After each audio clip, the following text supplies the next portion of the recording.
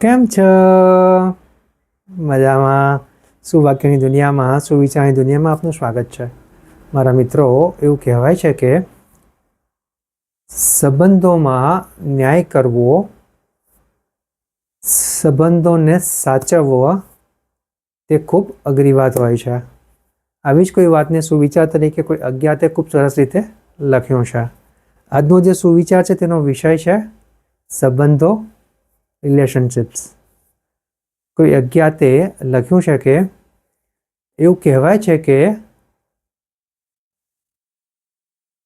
ક્ષમા અને આભારનો સંબંધોમાં કોઈ સ્થાન નથી હોતું, પરંતુ વાસ્તવમાં આ બે જ એ શબ્દો છે જે સંબંધોને બચાવે છે.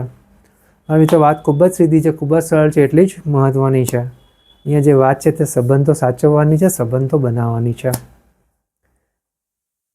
મારા મિત્રો, આમ તો એવું છે કે આપણે જ્યાં નજીકના સંબંધો હોય, આપણા મિત્રો હોય, આપણા સગાવાલા હોય, આપણું ખુદનું ફેમિલી હોય, તો આ બધામાં આપણે ક્યારેક ઘણી વખત માફી પણ નથી માગતા હોતા, અને જ્યાં ધન્યવાદ કહેવાનું ધન્યવાદ પણ નથી કહેતા હોતા.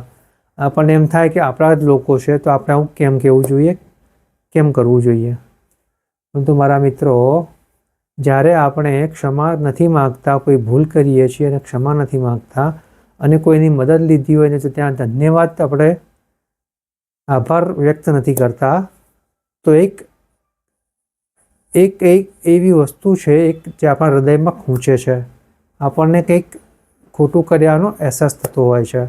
જો આપણે આવું સમજી શકીએ તો આપણે તરત જ તે વ્યક્તિનો ધન્યવાદ કરવું જોઈએ, અથવા આપણી કંઈ ભૂલ થઈ હોય તો માફી માંગવી જોઈએ.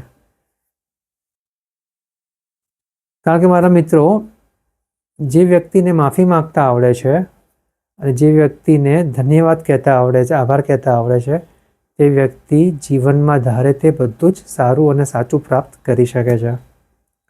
કારણ કે જ્યારે આપણે ધન્યવાદ કહીએ છીએ અને ક્ષમા માગીએ છીએ ત્યારે આપણું હૃદય અંદરથી બિલકુલ સાફ થઈ જાય છે, અને આપણે નવી નવી વસ્તુઓ, નવી સકારાત્મકતાથી આપણે કામ કરી શકીએ છીએ. અને જ્યાં આવી રીતની માફી માંગવાની અને ધન્યવાદ કહેવાની વાત આવતી હોય, ત્યાં સંબંધો બંને બાજુથી સુધરે છે. અને આ સારા સંબંધો છે જે આપણને આપણું જીવન જીવવામાં વધારે મદદ કરે છે અને જીવનને વધારે બહેતર બનાવે છે. તો બસ મારા મિત્રો, સંબંધોનો આ જે ગુણ છે આપણે હૃદયમાં ઉતારીએ, આપણા મનમાં ઉતારીએ અને આપણા સંબંધોને વધારે મજબૂત બનાવીએ. Thank you.